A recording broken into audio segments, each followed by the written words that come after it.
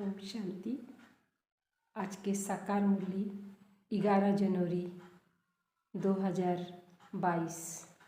बाबा बोले, मीठे बच्चे, ज्ञान की बुलबुल बनकर आप सामान बनाने की सेवा करो।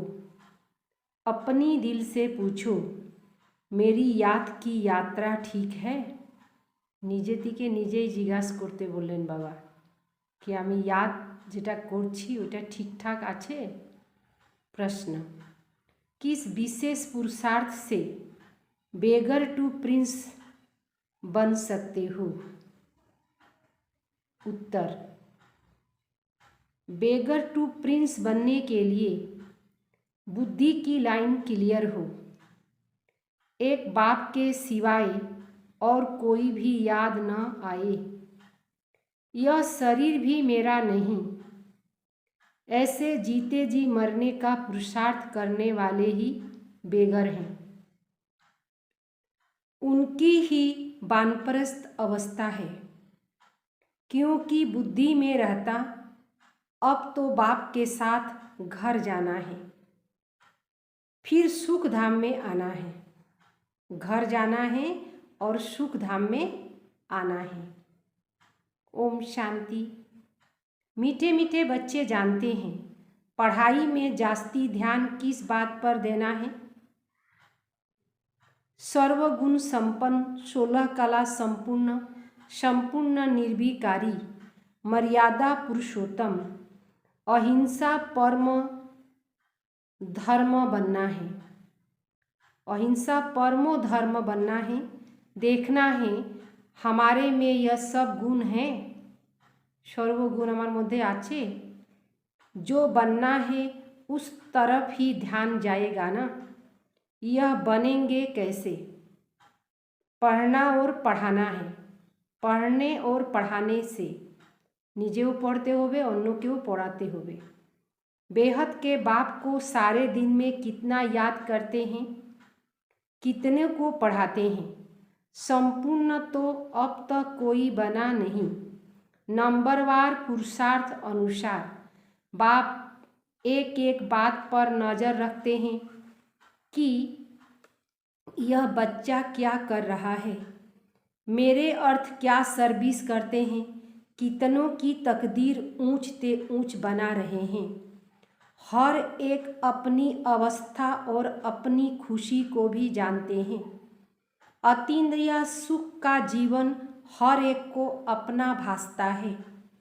यह तो बच्चों को निश्चय है कि बाप को याद करने से तमो प्रधान से सतो प्रधान बनते हैं।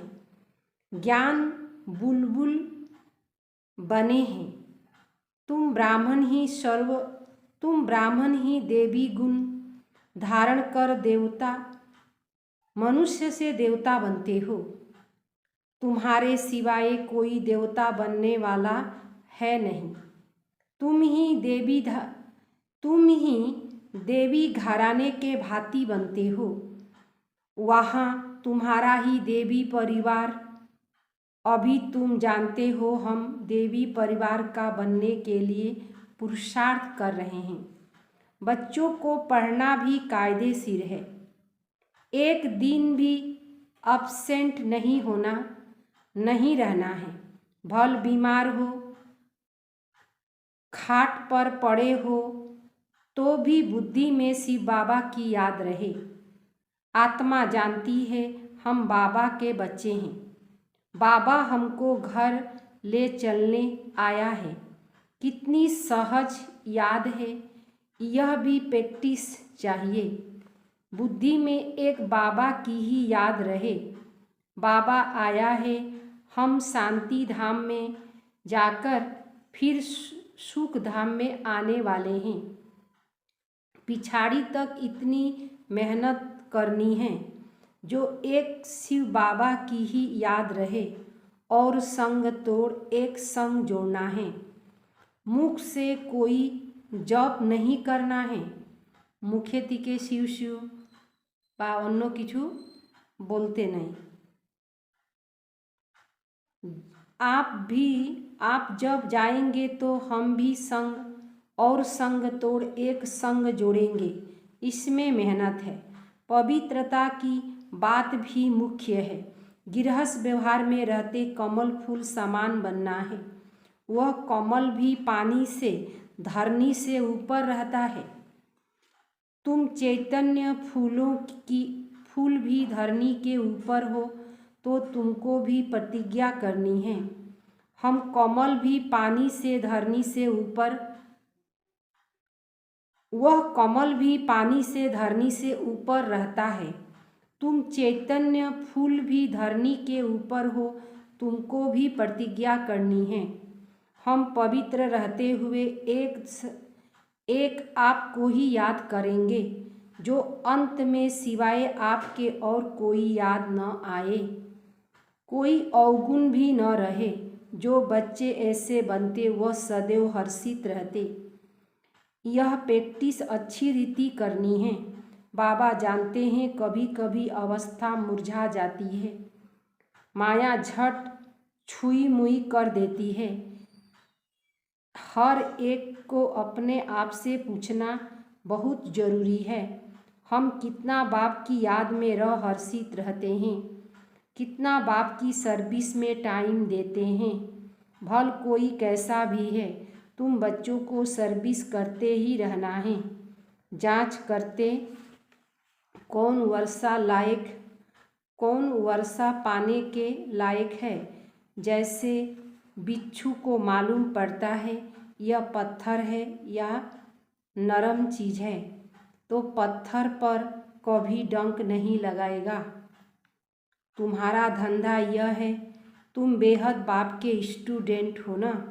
पढ़ाई पर बहुत मदार है। खुशी में बच्चे मुरली बेगर एक दिन भी रह नहीं सकते। शुरू में बच्चे मुरली बेगर एक दिन भी रह नहीं सकते थे। कितना तड़पते थे। क्लास में बड़ी बहनों ने गीत सुनाया, तेरी मुरली में है जादू। बधेलियों को एक मुरली पहुंचाते थे, मुरली में ही जादू है ना। कौन सा जादू? विश्व का मालिक बनने का जादू। इससे बड़ा जादू कोई होता नहीं। तो उस समय मुरली का तुमको कितना कदर था, मुरली पहुंचाने के लिए कितनी प्रयत्न करते थे। समझते थे पढ़ाई बेगर का क्या हाल होगा, पढ़ाई बेगर बेचारे का क्या हाल होगा। यहाँ बाबा जानते हैं बहुत ऐसे बच्चे हैं जो मुरली पर पूरा ध्यान ही नहीं देते। मुरली तो बच्चों को रिफ्रेश करती। भगवान जो तुमको विश्व का मालिक बनाते, उनकी मुरली नहीं सुनेंगे तो भगवान टीचर क्या करेगा। बाबा को वंडर लगता है, चलते चलते बहुत बच्चियों को माया का तूफान ऐसे लगते जो मुरली पढ़ना, क्लास में आना छोड़ देते हैं। मुरली भी नहीं पढ़ते और क्लास में भी नहीं आते। ज्ञान से नफरत माना बाबा से नफरत, बाबा से नफरत माना विश्व की बादशाही से नफरत। माया बिल्कुल नीचे ले जाती, बुद्धि को एकदम मार डालती। जो कुछ भी समझते नहीं। भल भक्ति तो बहुत करते परंतु एकदम ब्लाइंड फेथ, बेसमझ बन गए। बाप खुद कहते हैं तुम कितने लायक थे, अब नालायक बन गए हो। अब मैं फिर आया हूँ तुम बच्चों को लायक बनाने, इसीलिए श्रीमत पर जरूर चलना है। बाप कहते इसमें और कुछ करना नहीं है, सिर्फ बाप को याद करो और पढ़ो। स्कूल में बच्चे पढ़ते भी हैं और टीचर को भी याद करते हैं। करेक्टर भी सुधारना है। तुम्हारी भी एम ऑब्जेक्ट सामने खड़ी है, तुमको यह बनना है। उन्हों को करेक्टर अच्छे हैं तब तो सारा दिन मनुष्य गाते हैं, आप सर्वगुण संपन्न। मनुष्य को जब तक पाप का परिचय नहीं मिला तब तक अंधियारे में हैं। सारी दुनिया के मनुष्य इस समय निधन के हैं। उन्हों को बाप का पैगाम पहुंचाना है। तुम बेहद बाप के बच्चे हो। बाप कहते मुझे याद करो तो तुम्हारी विक्रम विनाश होंगे। बच्चों को जुक्ति निकालनी है, सबको पैगाम पहुंचाना। अखबारों द्वारा ही तुमको पैगाम पहुंचा अखबारों द्वारा ही सबको पैगाम पहुंचाएंगे कि एक बाप को याद करो तो पावन बन जाएंगे। सभी आत्माएं पहले पावन थी, अब सब अपवित्र है। यहाँ कोई पवित्र आत्मा हो न सके। पवित्र आत्मा होती है पवित्र दुनिया में। आत्मा पवित्र बन जाती, फिर यह पुराना शरीर छोड़ना है। यह हो नहीं सकता कि आत्मा पावन हो और शरीर पतित हो। तो बाबा को याद करते करते अपने को तमो प्रधान से सतो प्रधान बनाना है। पहले पहले जब तुम आए हो पवित्र थे, अब फिर पवित्र बनना है। যখন আমরা পরম ধাম থেকে আসছি তখন আমরা পবিত্র ছিলাম, আর এখন আমরা অপবিত্র হয়ে গেছি, আর এখন বাবাকে স্মরণ করে পবিত্র হইতে হবে। स्वर्ग में तो सब जाएंगे, लेकिन उच्च पद पाने का पुरुषार्थ करना है। यह तो जानते हो स्वर्ग की स्थापना और नरक का विनाश हो रहा है। शिवालय स्थापन होगा तो वेश्यालय खत्म हो जाएगा। शिवालय शिवेर घर, शिवालय में तो आना ही है। कोई ये शरीर छोड़ जाकर प्रिंस प्रिंसेस बनेंगे, कोई प्रजा में चले जाएंगे। जिसकी बिल्कुल लाइन क्लियर है, एक बाप के सिवाय और कोई की याद नहीं आती, उनको कहते हैं पूरे बेगर। शरीर को भी याद नहीं करना है, अर्थात जीते जी मरना है। हमको तो अब अपने बेहद के घर जाना है। अपने घर को भूल गए थे, अब बाप ने याद दिलाया। बाप मीठे मीठे बच्चों को समझाते हैं, तुम वानप्रस्थी हो। इस समय तुम सबकी वानप्रस्थ अवस्था है। अब मैं आया हूँ वाणी से परे स्थान पर सब बच्चों को ले जाने लिए। वानप्रस्थ अवस्था में जाने के लिए सब भगत भक्ति करते हैं। अब बाप समझाते सब वानप्रस्थ अवस्था में कैसे जाते। उन्हों का इस अक्षर के अर्थ का पता नहीं, सिर्फ नाम सुना है। भल द्वापर से लेकर कलयुग गुरु द्वारा बहुत पुरुषार्थ किया, परंतु वापस तो कोई जा नहीं सकते, क्योंकि वापस जाना बेहद का बाप सबको वापस ले जाने आया है। तो बच्चों को बहुत खुशी होनी चाहिए। तुम जानते हो हमको बाप ही स्वीट साइलेंस होम ले जाते, क्योंकि आत्माओं को अब शांति चाहिए। यहाँ तो शांति हो न सके। शांति धाम का मालिक तो एक बाबा ही है। अब जब मालिक आए तब सबको शांति ले जाए। जब मालिक आए तब सबको ले जाए। भक्ति करते थे शांति धाम में जाने के लिए। ऐसे कोई नहीं कहते हम सुख धाम में जाए।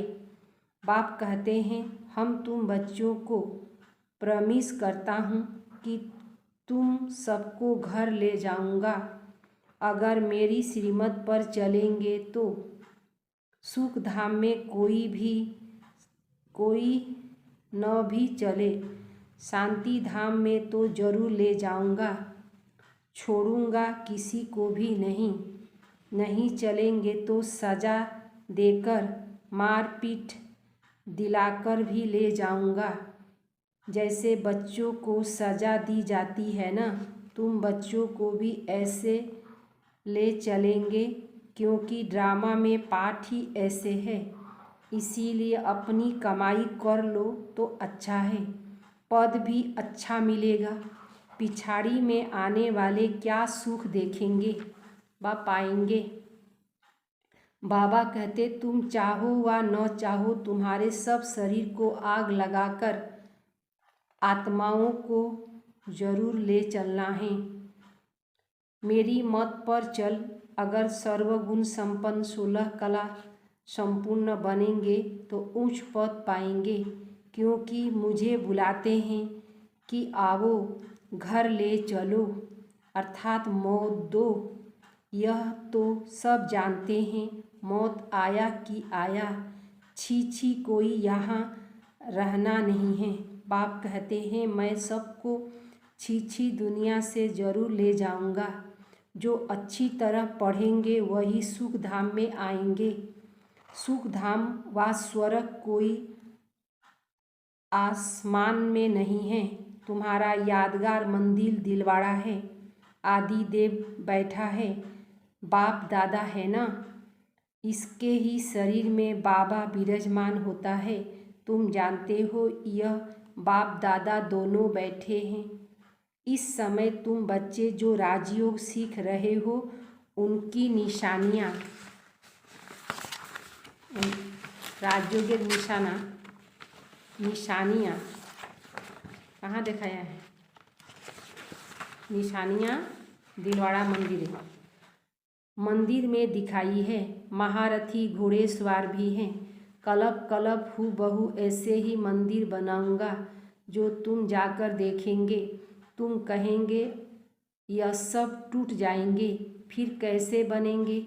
यह ख्याल नहीं करना चाहिए। स्वर्ग अभी कहाँ है? फिर स्वर्ग के महल होंगे। यह पहाड़ियाँ आदि टूट जाएंगी फिर बनेंगी। आबू फिर भी बनेगा। बहुत बच्चे इस बात में बहुत मूझते हैं। बाबा कहते मूझने की दरकार नहीं। कहते हैं द्वारिका समुद्र के नीचे चली गई, फिर निकलेगी। नीचे जो चीज़ गई सो गई, ख़त्म हो जाएगी। तुम जानते हो स्वर्ग में हम अपने महल आदि बनाएंगे। वहाँ बिल्कुल ही सतो प्रधान सब नई नई चीज़ें होंगी। तुम वहाँ के फल आदि देखकर आते हो। तुम जानते हो हम वहाँ जाने वाले हैं। वर्ल्ड की हिस्ट्री ज्योग्राफी रिपीट होती है तो स्वर्ग भी रिपीट होगा। यह निशानियाँ होनी चाहिए, परंतु किसी की तकदीर में नहीं है तो कहेंगे यह कैसे हो सकता। इतने सब फिर आएंगे, फिर महल आदि बनाएंगे। तुम जानते हो सोमनाथ के मंदिर को लूट कर ले जाते, फिर भी मंदिर बनेंगे। यह खेल ही पूज्य से पुजारी, पुजारी से पूज्य बनने का है। ब्राह्मण देवता क्षत्रिय वैश्य शूद्र, यह चक्र है। तुम बच्चे पदमा पदम भाग्यशाली बनते हो। तुम्हारे कदम में पदम का छाप लग जाता है। तुम जानते हो हमारे कदम में पदम है, अर्थात पढ़ाई का कदम में पदम समाया हुआ है। जितना पढ़ेंगे उतना ऊंच पद पाएंगे। सतयुग है, गोल्डन एज। वहाँ की धरनी भी कितनी सुंदर होती है, कितने सुंदर महल बनाते। हर चीज़ सतो प्रधान होता, देखने से ही नैन ठंडा हो जाता। ऐसी राजधानी के तुम मालिक बन रहे हो तो कितनी अच्छी पुरुषार्थ करना चाहिए। पुरुषार्थ से ही प्रारब्ध बनती है। बच्चों को ज्ञान तो बुद्धि में है। बाप को याद करना है, लौकिक संबंधियों से ममत्व मिटाना है। सिर्फ एक बाप को याद करना है। अच्छा मीठे मीठे सिकीले दे बच्चों प्रति माता पिता बाप दादा का याद प्यार और गुड मॉर्निंग। रूहानी बाप की रूहानी बच्चों को नमस्ते। हम रूहानी बच्चों की रूहानी बाप दादा को याद प्यार और नमस्ते नमस्ते नमस्ते। शुक्रिया बाबा, शुक्रिया शुक्रिया। धारणा के लिए मुख्य सार। बाप की याद में रह सदा हर्षित रहना है, कभी मुरझाना नहीं है। बीमारी में भी मुरली जरूर सुननी व पढ़नी है। शरीर खराब होइले मुरली सुनते होबे ना होइले पढ़ते होबे। नंबर दूसरा, पढ़ाई के कदम कदम पर पदम जमा करना है और संग तोड़ एक संग जोड़ना है। अन्य संगति के निजे के बेचे निया से बाबा सत्य युक्त होते लगबे। वरदान, सदा हर संकल्प और कर्म में ब्रह्मा बाप को फॉलो करने वाले समीप और समान भव। ब्रह्मा बाबा के फॉलो करते हुए जैसे ब्रह्मा बाप ने दृढ़ संकल्प से हर कार्य में सफलता प्राप्त की, एक बाप दूसरा न कोई। यह प्रैक्टिकल में कर्म करके दिखाया, कभी दिल शिकस्त नहीं बने, सदा नथिंग न्यू के पाठ से विजयी रहे। हिमालय जैसे बड़ी बात भी पहाड़ से रुई बनाया, रास्ता निकाला, कभी घबराए नहीं। ऐसे सदा बड़ी दिल रखो, दिल खुश रहो, हर कदम में ब्रह्मा बाप को फॉलो करो तो समीप और समान बन जाएंगे। स्लोगन, अतीन्द्रिय सुख का अनुभव करना है तो गोपी वल्लभ की सच्ची सच्ची गोपिका बनो। गोपी वल्लभ की सच्ची सच्ची गोपिका तो अतीन्द्रिय सुखेर अनुभव करते पारबेन। लवलीन स्थिति का अनुभव करो, जितना बेहद की प्राप्ति में मगन रहेंगे उतना हद की आकर्षण से परे रह परमात्मा प्यार में समाने का अनुभव करेंगे। आपकी यह लवलीन स्थिति वातावरण को रूहानियत की खुशबू फैलाएगी। आपकी यह लवलीन स्थिति वातावरण में रूहानियत की खुशबू फैलाएगी। ये जन्य लव में लीन रहना है।